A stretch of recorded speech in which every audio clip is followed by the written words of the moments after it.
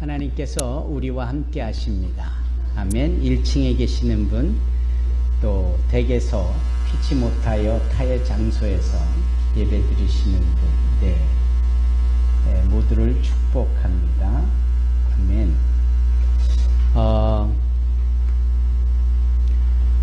디나이얼이라는 영화가 있습니다. 나는 부인한다, 이렇게 한국어로 제목을 바꾸었는데 넷플릭스에 보면은 잘 나타나 있습니다. 유대인들의 독일군들에 의하여 학살을 당하는 600만 명이나 죽음을 당하게 되어진 그 사건, 그 바로 홀로코스트지요.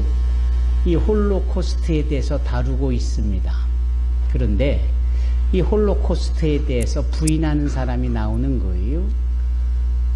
그 사람의 주장은 이렇습니다. 홀로코스트가 과연 증거가 있느냐라는 거예요. 그것은 홀로코스트를 당했다라는 사람들의 주관적인 생각이지 그것을 객관적으로 증명해낼 수 있느냐, 증명하기까지는 나는 믿지 못하겠다, 이런 얘기예요. 이 이야기는 픽션이 아니고 실화였습니다. 이런 점에 있어서 여전히 역사적 사건에 대하여서 여러 변명과 이유를 핑계를 대면서 믿지 못하겠다는 사람이 여전히 많이 있음을 보게 됩니다. 여러분, 일본에 의하여 강점당하는 시기가 우리 가운데 있었습니다. 위안부의 사건은 여전히 아픕니다. 일본이 말하는 것은 위안부에 대한 것은 그들이 조작된 그들의 이야기일 뿐이다, 증거가 없다, 이렇게 얘기를 합니다. 그러나 과연 그렇습니까? 우리는 당한 입장이고 피해자 입장이니까 어떻게 그렇게 말할 수 있느냐를 넘어서 역사적 상황이고 일본에 의하여서 한국뿐 아니라 필리핀, 대만, 중국, 심지어는 네덜란드까지도 그런 위안부적인 피해의 상황이 증거가 있는 대로 자기네들은 그것을 받아들이지 않겠다라는 거예요.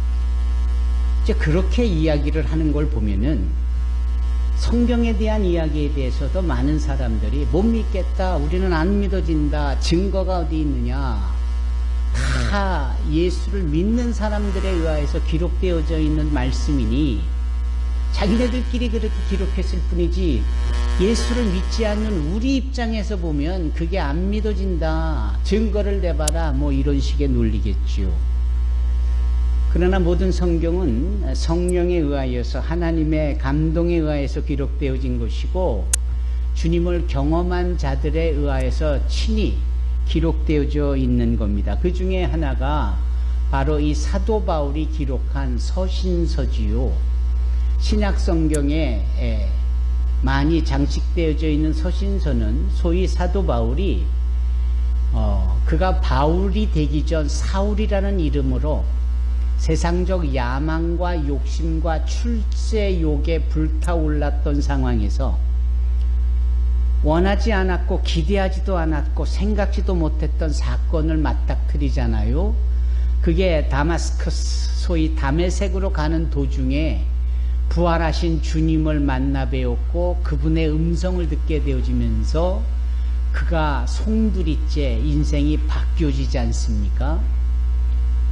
그가 바뀌어진 인생 속에서 그 주님을 설명하려 했고 표현하려 했고 그가 자기가 만난 주님에 대하여서 증언하듯이 소위 간증을 하려 했을 때 사람들이 믿지를 않았습니다. 사람들은 거부했습니다.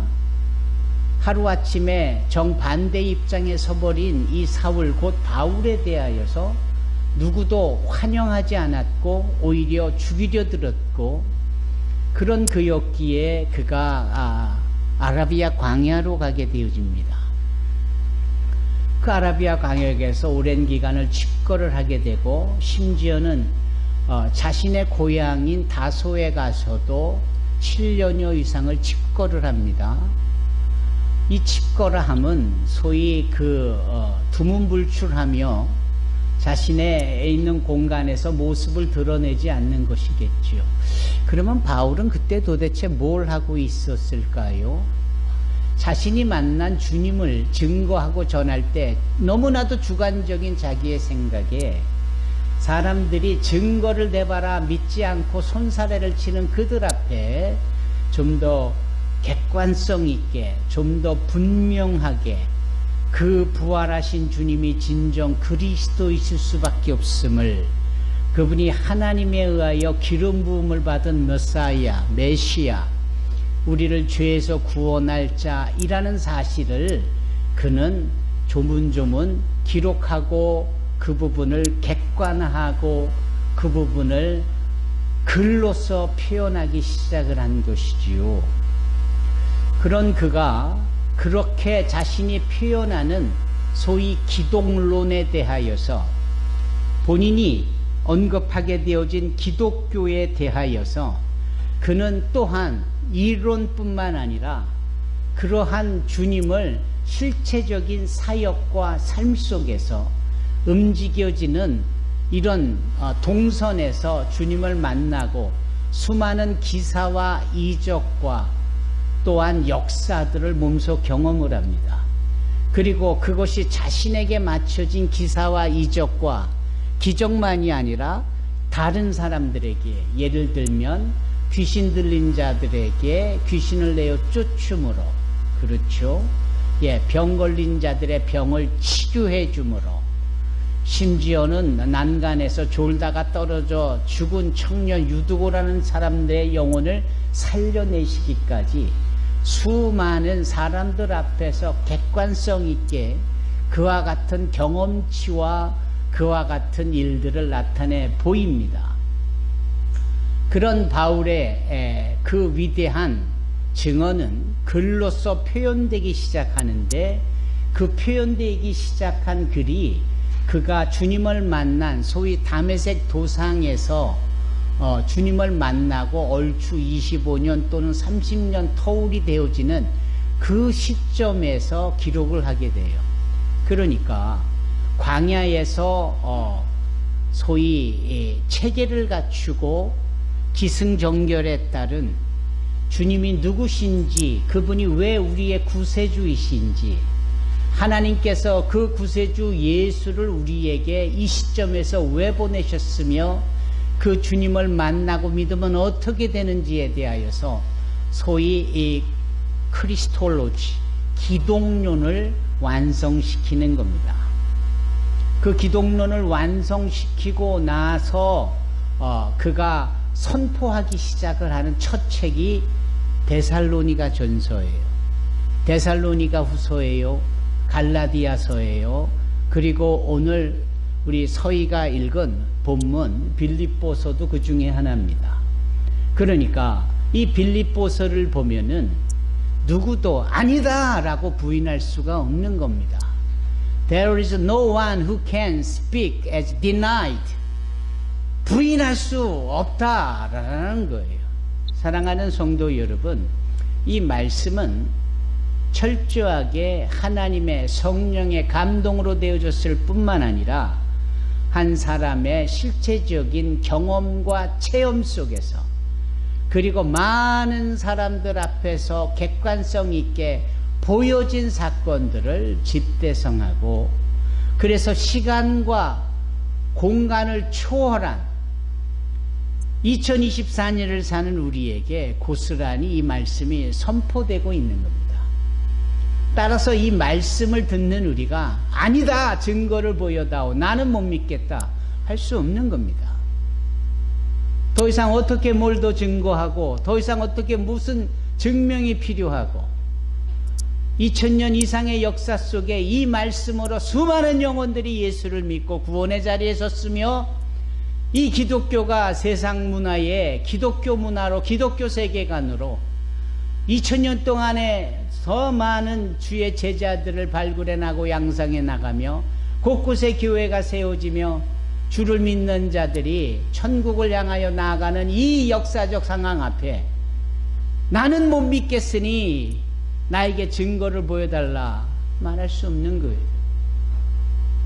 정 알고 싶으면 수요 예배 때 오세요. 정 알고 싶으면 금요 저녁 예배 때 오세요. 정 알고 싶으면 새벽 예배 5시에 드리는 예배에 참여를 하십시오. 왜냐하면 수요 예배나 금요 예배나 또 새벽 예배는 주로 말씀을 알아듣기 쉽게, 왜 그럴 수밖에 없는지, 이 일에 대한 증거와 역사적 고증은 무엇인지, 이런 것들을 가르치기 때문입니다. 그러면 지금은 가르치는 시간이 아니라 예배를 통한 선포의 시간입니다. 내가 안 믿어지니까 나를 어떻게 좀 가르쳐 보시오. 아니요. 지금은 믿지 않으셔도 할 수 없어요. 지금의 이 주일 예배는 캐리그마, 하나님의 말씀에 대한 선포요. 그것이 믿어지면 은혜요, 복이며 감사로 이어지는 것이고, 그것이 안 믿어지면 불행이요, 실패요, 걱정인 겁니다. 여러분, 오늘 본문의 말씀은 그런 점에서 하나님의 말씀의 선포입니다. 그것은 마치 예수께서 공생의 사역을 시작하시면서 행하셨던 말씀이 회개하라, 천국이 가까웠느니라, 선포죠. 듣든 안 듣든, 그 말씀을 순종하든 불순종하든 그거하고는 상관없이 선포인 겁니다. 그 선포는 마치 빛이 있으라 라는 초대 창세기 때에, 천지를 창조하실 때에 그 일갈하셨던 하나님의 말씀 하고 같은 의미입니다. 같은 선포의 개념인 거예요. 예수께서 엘리 엘리 라마 사박다니, 하나님이 어찌하여 나를 버리셨나이까, 이 또한 선포예요. 다 이루었다, 테텔레스타이라고 말씀하신 것도 선포예요. 그래서 주님은 늘 선포하실 때마다 큰 소리로 말씀을 하셨습니다. 조분조분 가르치듯이 말씀하실 때 소리를 크게 내실 필요가 없는 거예요. 사랑하는 성도 여러분, 회개하라 천국이 가까웠느니라 외치셨던 그 주님의 캐리그마 이후에 소위 마태복음 5장, 그러니까 마태복음 4장에 회개하라 천국이 가까웠느니라, 그 선포 이후에 마태복음 5장부터 6장 7절까지 소위 이 산상수훈이라고 해서 말씀을 가르치는 시간입니다. 그 산 꼭대기에 주님은 앉으시고 주변의 제자들을 위시한 사람들이 몰려들었을 때, 심령이 가난한 자는 복이 있나니 왜 그런 줄 아느냐, 천국이 저들의 것이기 때문이란다, 이렇게 조분조분 말씀하신, 이건 디다케입니다. 주님의 공생의 사역은 항상 말씀의 선포와 가르침과, 그리고 병 고치는, 인생의 문제를 해결하여 도우시는 역사, 딱 3가지였어요. 오늘 이 주일 예배를 통하여 듣는 말씀은 선포되어지는 말씀이에요. 내가 믿어야 되겠다, 안 믿어야 되겠다 선택에 우리에게 있는 게 아닙니다. 하나님의 말씀이 안 믿는 우리에게도, 못 믿는 누구에게도, 뻗대는 누구누구에게도 아랑곳하지 않고 선포가 되어지는 겁니다. 반면에 그 말씀이 들려지고 그 선포되어지는 말씀에 순종이 일어나면 이게 복이고 이게 은혜인 것이에요. 아브라함이 갈대아 우르에서 있을 때 하나님이 그 아브라함에게 말씀하실 때 선포하신 거 아니겠습니까? 너는 너의 본토 친척 아비 집을 떠나 내게 네게 지시할 땅으로 가라. 그렇죠. 그 말씀을 밤에 아브라함에게만 하셨었을까? 아마 큰 소리로 말씀하셨는데 유독 아브라함에게만, 그 귀에만 들린 것이라고 여겨지지요.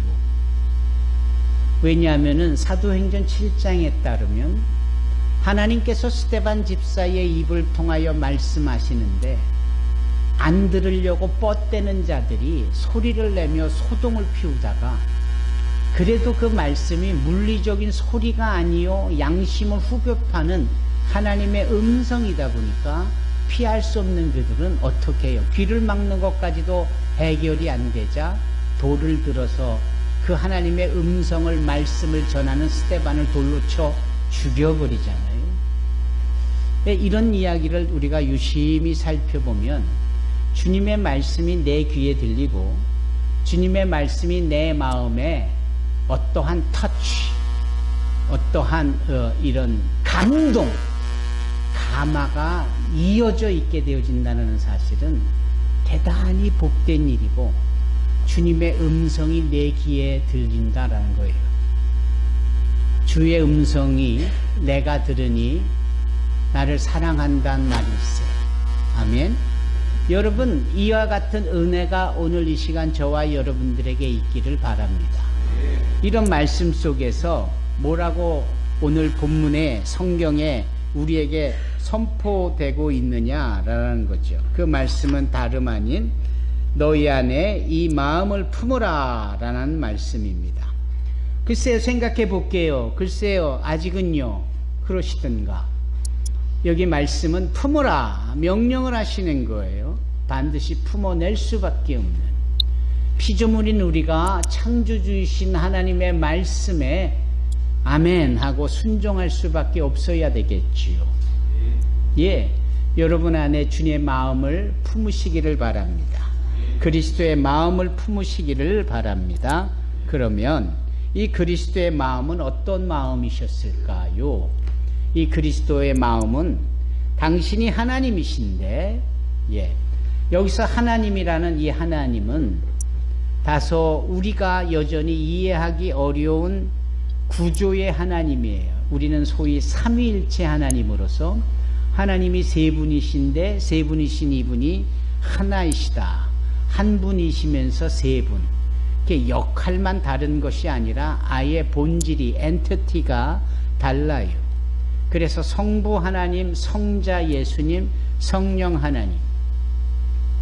예, 본질이 같으면서도 본체가 같으시지만 그렇다고 해서 기능만, 역할만 다른 것이냐?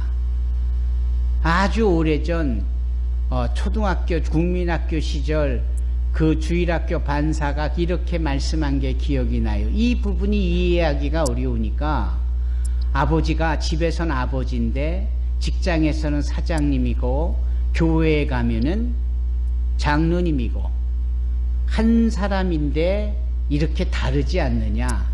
우리는 와, 그리고 고개를 끄덕였는데 돌아서서 생각해 보니까 완전한 답이 아닌 거예요.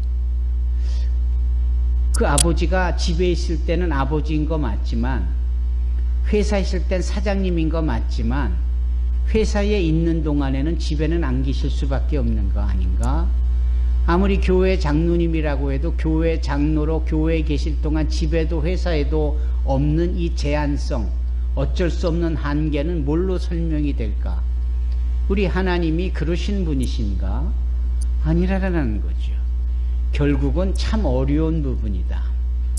반면에 터툴리언이라는 Church Father, 교부라는 분 중에 이 터툴리언이라는 분이 계시는데 그분이 이 삼위일체 하나님을 인간이 만들어낸 언어 중에 가장 이해하기 쉽게 표현을 했습니다. 그게 바로 태양을 들어 저 해를 통하여 설명한 내용인데 탁월하다라고 여겨집니다.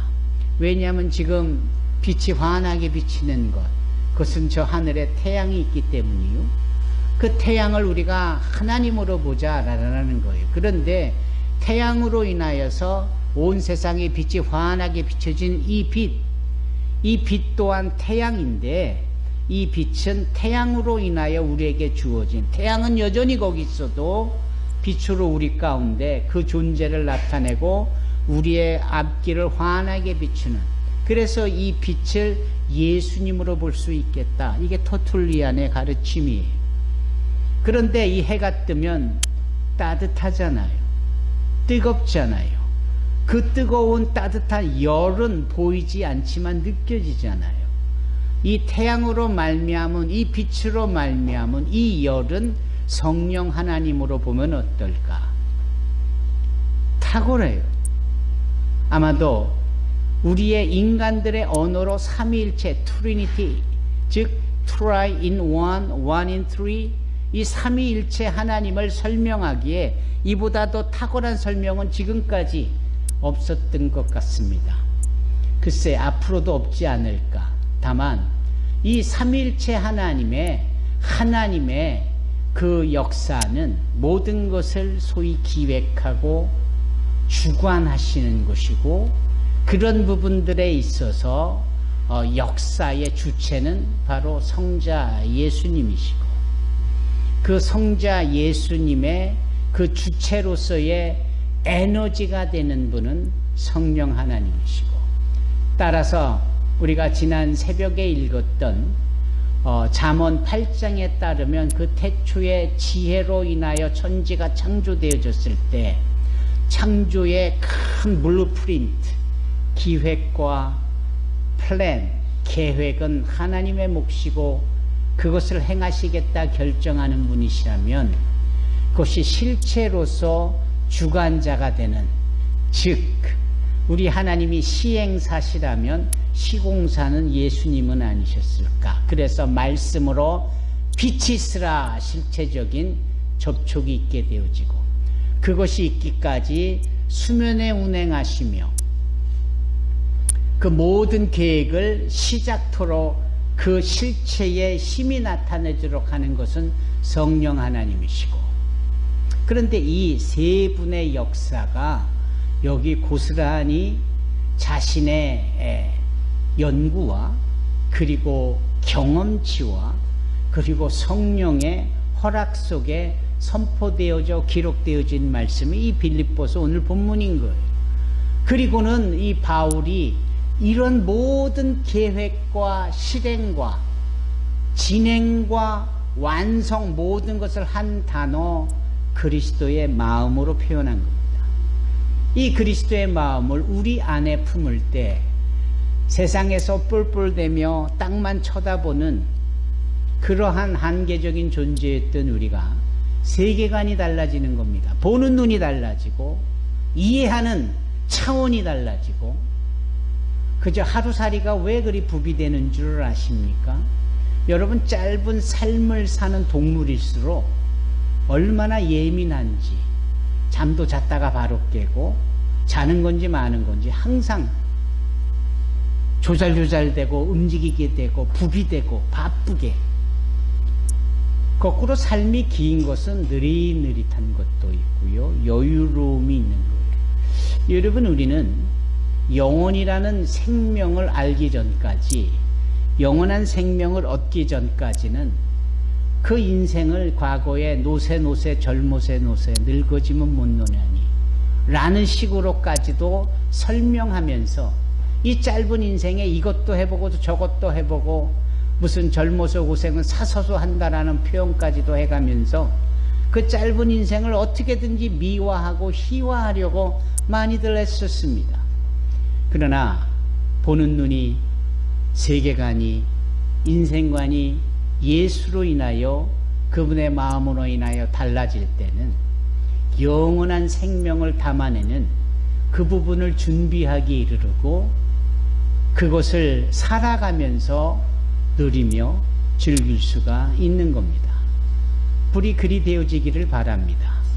자그만 거에 경쟁하려고 이기려고 아둥바둥하고 그 피곤한 아이들을 사교육시키려고 학원으로 보내고 태권도 학원 보내고 피아노 학원 보내고 좀 쉬게 내버려두며 이 주의 백성들인 부모들과 대화 속에서 이렇게 하나님의 말씀으로 소통이 일어나는 일들로 행할 때 우리 자녀들의 담아내는 인생의 가치가, 무게가, 정도가 달라지는 거예요. 여러분, 그래서 사도 바울이 그 당시 최고의 학부였습니다. 여기서 사도 바울 스스로를 본인은 소개하지 않아도 제가 소개를 해보면 그는 가말리알의 수화생이에요. 가말리알이라고 한다면 아마도 오늘날 우리 세계 속에 함석헌 씨라든지 또 김영석 교수 같은 분이 아닐까. 그런 분이 아끼고 아끼는 수제자 같은 그런 입장입니다. 그 당시 최고의 석학의 수화생이었으니까 그때 최고의 석학이 가말리엘이었거든요. 랍비들조차도 곤란한 문제가 생기고 어려우면 쪼로로 달려갔던 사람이 가말리엘이었어요. 근데 가말리엘이 이 바울은 나의 최고의 학생이었다라고 여길 만큼 그 바울은 히브리어도 능했고 헬라어에도 능통을 했습니다. 그는 산헤드린 공회원의 최고의 결정권자였어요. 산헤드린은 뭘까요? 오늘날로 치면, 대한민국으로 치면 헌법재판소 같은 것입니다. 법을 적용해서 판결을 하고 하는 것이 재판소라면, 그런 재판에 관련된 내용을 항고도 하고 항소도 하고 상소도 하고, 심지어 이렇게 판단되어진 법이 옳은지 그른지 합법인지 불법인지를 결정해 주는 것이 헌법재판소잖아요. 이 헌법재판소가 그때 산헤드린 공회원이었거든요. 그러니까 바울은 그 헌법재판소의 헌법재판소장이었어요.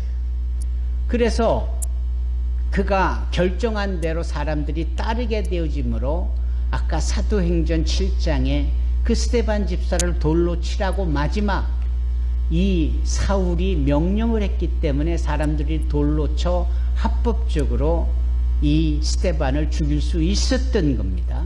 그런 수준과 그러한 내용처럼 이 바울이 그 정도 수준이었다라는 거예요. 그런 바울이 이렇게 선포하기에 이르는 겁니다. 너희 안에 이 마음을 품으라. 곧 그리스도 예수의 마음이니. 그리고 그 예수의 마음은 사실은 예수를 설명하는 위대하고도 완전하고도 분명한 설명이에요. 그 말씀이 여기 있지 않습니까?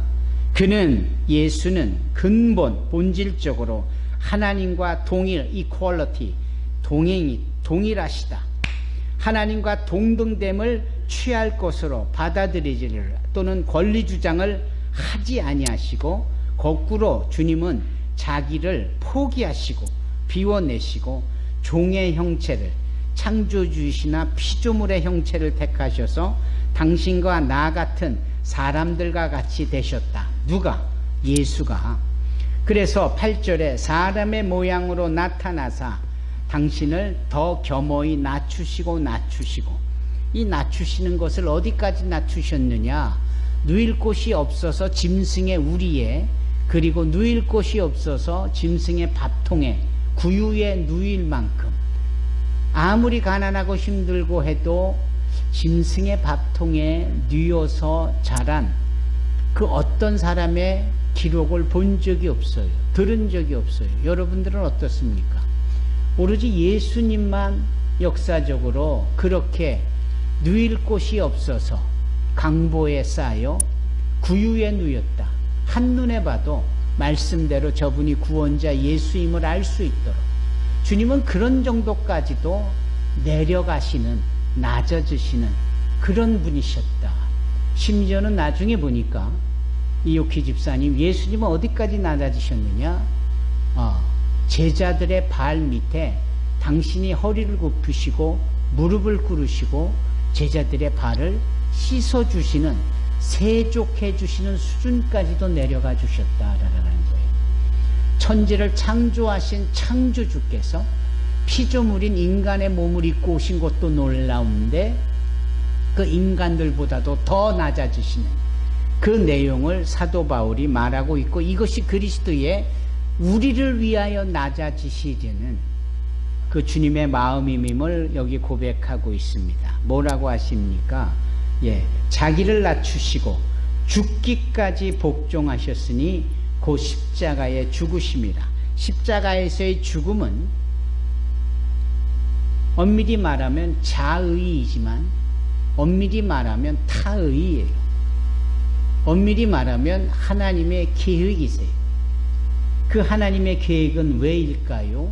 당신이 창조해 놓으신 이 사람들이 하나님 당신을 따라 영생하는 영적인 존재인데, 죄를 짓고 불순종함으로 더 이상 그럴 수 없게 되어짐에 대하여서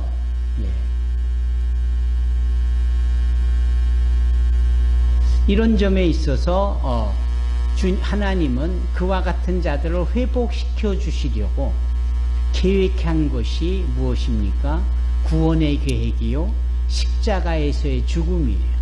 그 십자가의 죽음이 다름 아닌 하나님의 성자 예수님의 십자가에서의 죽음, 그 하나님의 기획과 계획에 이 성자 예수님은 복종하시고 순종하셨다. 그래서 하나님의 뜻에 순종하셨고, 사람들, 특히 로마 병사들이 요구하는 그 사형의 집행에 복종하셨다, 이 말씀입니다. 누가? 창조주가 피조물들도 피조물에 의하여서, 이 내용입니다. 이러므로 하나님이 그를, 예수를 지극히 높여 모든 이름 위에 뛰어난 이름을 주사, 그 이름이 바로 예수 아닙니까? 이 예수라 하라, 그가 자기 백성을 자기들의 죄에서 구원할 자이십니다. 그 예수라는 이름을 주셨다라는 거죠. 그래서 하늘에 있는 자들, 땅에 있는 자들, 땅 아래 음부 수월에 있는 자들까지도 예수의 이름 앞에 무릎을 꿇게 되어지고, 예수의 그 이름을 그리스도라, 주라 시인하게 되어지더라. 여러분, 이것이야말로 기독교의 본질이고 이것이 기독론의 핵심이며, 이러한 주님을 사도 바울은 자신의 지난 25년에서 30년 동안에 여러 지역과 여러 공간과 여러 사람들 앞에서 경험을 했었다라는 거예요. 따라서 나는, 여기서 나는 사도 바울이죠. 나 사도 바울은 그리스도의 마음이 뭔지를 아시오. 그분은 지극히 겸손하셨고, 그분은 지극히 거룩하셨고, 그분은 지극히 순전하셨다. 이 부분을 사도 바울은 이야기하고 있는 겁니다. 그리고 이 개인의 이야기와 같은 내용을 성령께서 검증하시고, 성령께서 허락하시고, 성령께서 감동해 주시니 이것이 하나님의 말씀으로 여기 성경 빌립보서 2장에 기록이 되어지며 오늘날 우리 앞에 선포가 되어지는 겁니다. 이 선포에 우리가 귀 기울여 듣고 순종하여 내 안에 그리스도의 마음으로 채우는 역사가 있기를 바랍니다. 창조주의 본체가 내 안에 계시다. 겸손하고 낮아지며 순종하는 이 주님의 마음이 우리 마음에 가득하다. 지금부터 그리 되어지기를 주님의 이름으로 축원합니다. 우리 안에 이 마음이 품어질 때 곧 그리스도의 예수의 마음이니, 그 예수 그리스도의 하나님의 순종과 십자가에서의 죽음, 우리 안에 부활로 역사하시는 그분의 생명을 마음껏 누려가시기를 주의 이름으로 축원합니다. 기도하겠습니다.